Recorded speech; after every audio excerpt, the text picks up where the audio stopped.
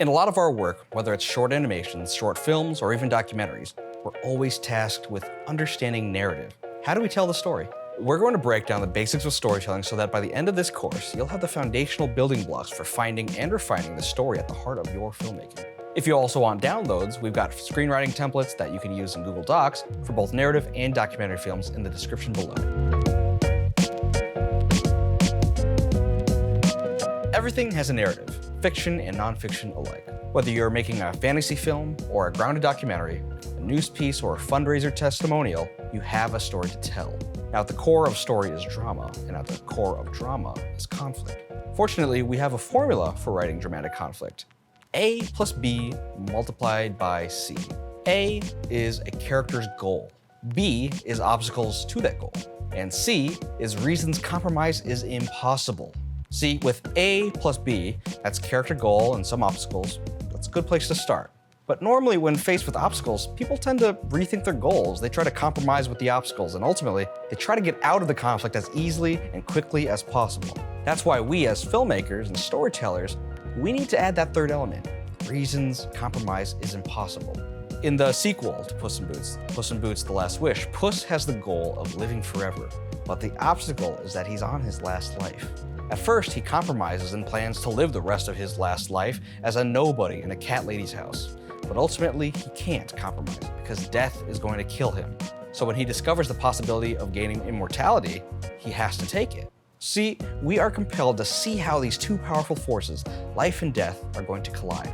An unstoppable force meets an immovable object. Ideally, every story should be able to fill this formula for dramatic conflict. A plus B multiplied by C. I'm going to say it again because it's so important. A plus B multiplied by C.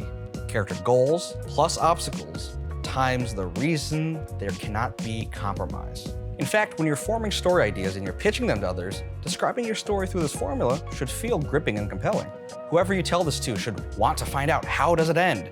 And if you're talking to the right person, they should want to give you the money to tell them how it ends. Now that you have the foundational drama at the heart of your narrative, now it's time to structure your story.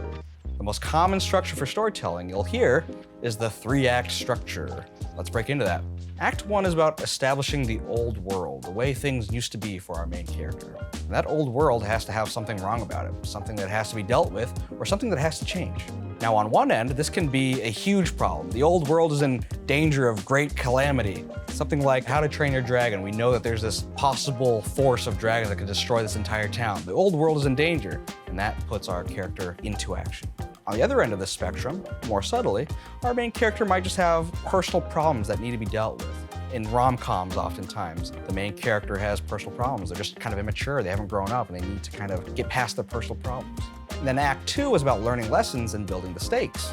It's here that your character is going to face a series of trials that will force them to learn and grow. They're going to be out of their comfort zone. At the same time, the stakes grow because the forces acting against your character also grow. Act 3 is about using the lessons learned and proving their value. Your character makes a critical decision that establishes if they truly learned anything from the journey, and that decision decides if they should win or lose. Ultimately, the fate of the world after the journey rests on whether those lessons are learned. That's 3-act structure in a nutshell. So, let's dive deeper into those acts. Act 1, establishing the old world and throwing your protagonist onto a journey. The seeds of that journey have to be planted here in Act 1. So we have to ask ourselves, what is our main character going to learn on their journey? One major way of answering this question is thinking about what central character flaw they might have. Because whatever it is they're going to learn relates to their integral character flaw because they haven't learned it yet at the beginning of the movie. In the movie Champions, Woody Harrelson starts out as a selfish basketball coach. He cares only about his career, but he doesn't care about his players, his assistants, or anyone else for that matter. It's all about him. This plants the seeds of the story, in which, over the course of the journey, he's going to learn how to care about others. So the first act is all about establishing this world before character growth. We have to see him be selfish. We have to see him act selfishly and not caring to other people. This also applies to documentaries, even short ones, like Extension, produced by Art of Documentary, which I highly suggest you take a look at. The main character, Ben, starts his story as a flawed, rebellious kid who doesn't really value his life because he has cystic fibrosis, which means he's only expected to live for about 25 years or so. This plants the seeds of the story, in which Ben is going to have to learn the value of his own life, despite how short it could be. Therefore, Act 1 is where you want to establish this. You need a world before the character grows, and so you need a character with a character flaw. Now, how do we get into Act 2? Well, you need what we call an inciting incident. Basically, an event has to happen that forces your character onto their journey. In Champions, Woody Harrelson's selfishness causes him to lose his job, so he drinks hard and then drives home drunk when he crashes into a police car. The inciting incident is when he is sentenced to community service coaching a Special Olympics basketball team. See, he's forced into the situation. That also highlights that third element of our dramatic conflict. There has to be a reason that our main character can't compromise their way out of the conflict. In the short documentary extension, Ben's raucous teenage years of living life on the edge and not caring about whether he lives or dies puts a wedge between him and his parents. When he leaves his parents' house, it's kind of implied that he got kicked out, he hits rock bottom after a lonely Thanksgiving and decides to admit himself into a hospital. That is the inciting incident that puts Ben on a journey to change himself and his outlook on life. The inciting incident sets off Act 2, and Act 2 is the main meat of the story, in which the lessons are learned and stakes mount. It's here that your protagonist faces challenges and overcomes those challenges by learning lessons relevant to their larger character arc. Two things to remember as you break into Act 2. First, character actions and reactions reveal the character's true self.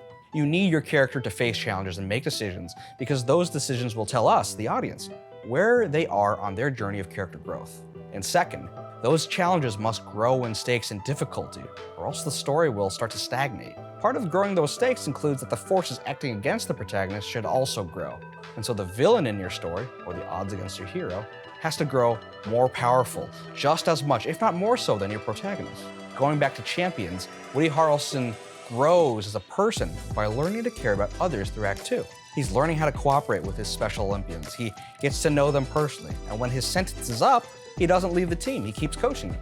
However, the powers that could threaten his personal growth and selflessness are the temptations to be selfish. In this story, it's the allure of coaching professionally and leaving the Special Olympians behind.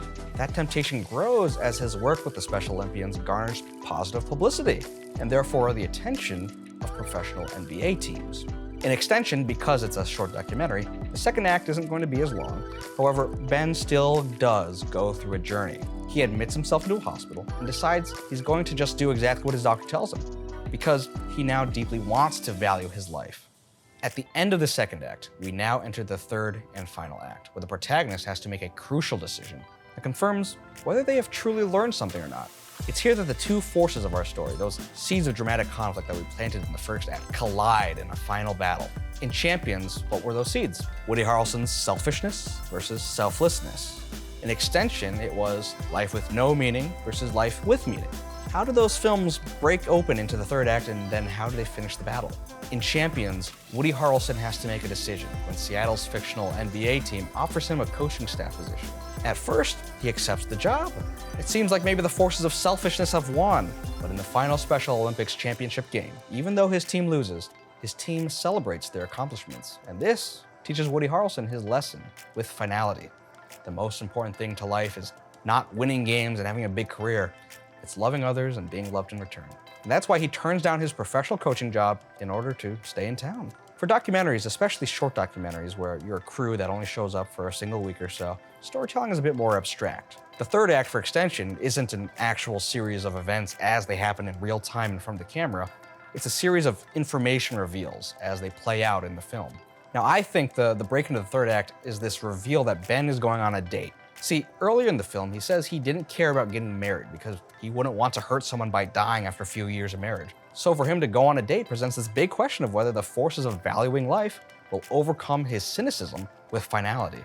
This question is answered when the film reveals that he actually did get married in a single shot of a wedding photo hanging on the wall. And that tells us with finality that Ben really does value his life now. Going on that date early in the film was not just a fling, he truly wants to live his life to the fullest and share it with someone else. Now, of course, those are just the basics of storytelling, and you can use those rules and guidelines, or you can break them, take them in a different direction. For instance, in the movie Tar, Lydia Tar's journey is one where she doesn't learn and grow as a person, and therefore she suffers from it. Her story is not one where she overcomes challenges and her own personal character flaws, but instead, she's overcome by those obstacles over and over and over again. Well, thanks for watching this episode of NODEHAUS Film School. If you want downloadable resources, be sure to check out our Gumroad. If you want to join the conversation, join our Discord. And if you want more videos like this, always be sure to subscribe for more and hit the bell.